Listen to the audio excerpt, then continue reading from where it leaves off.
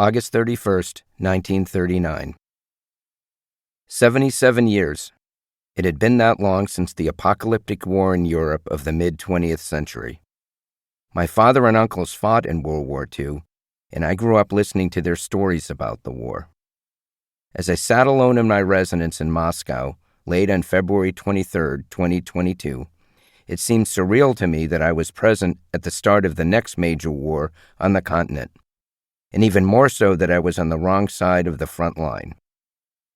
By that night, more than 2 years after I arrived in the Russian Federation as the U.S. ambassador, I knew that a re-invasion of Ukraine by Russia was imminent.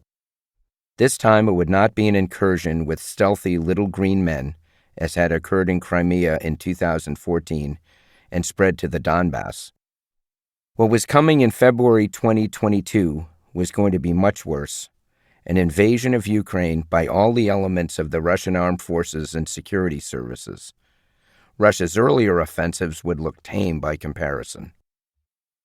To prepare for war, my colleagues and I at the embassy had established a 24-hour watch and had agreed upon a coded message to be conveyed by a watchstander to me on an open, and thus monitored by our host government, phone line if the invasion began, as expected, in the middle of the night while I was at my residence.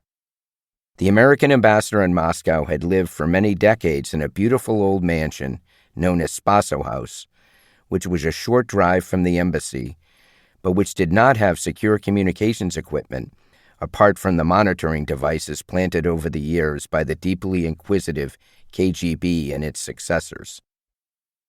The code was a not-too-complicated signal that I needed to come to the embassy immediately because the war against Ukraine had started.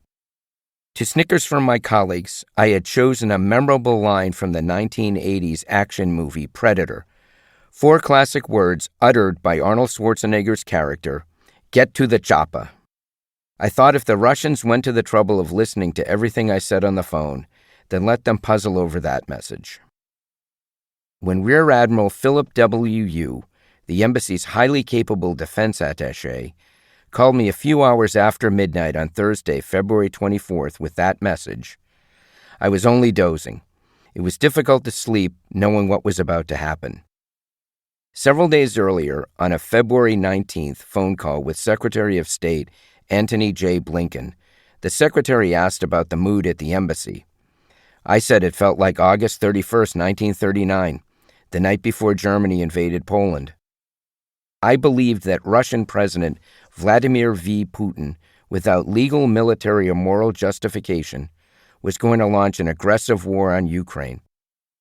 It was a bold statement, but I knew the Secretary shared my assessment. After the call from Admiral Yu, my bodyguards assembled in the pre-dawn darkness, and we drove to the embassy, through empty streets, in one of the armored vehicles they used to transport me. It was cold, below freezing, but not frigid, below zero as it often was, that awful morning.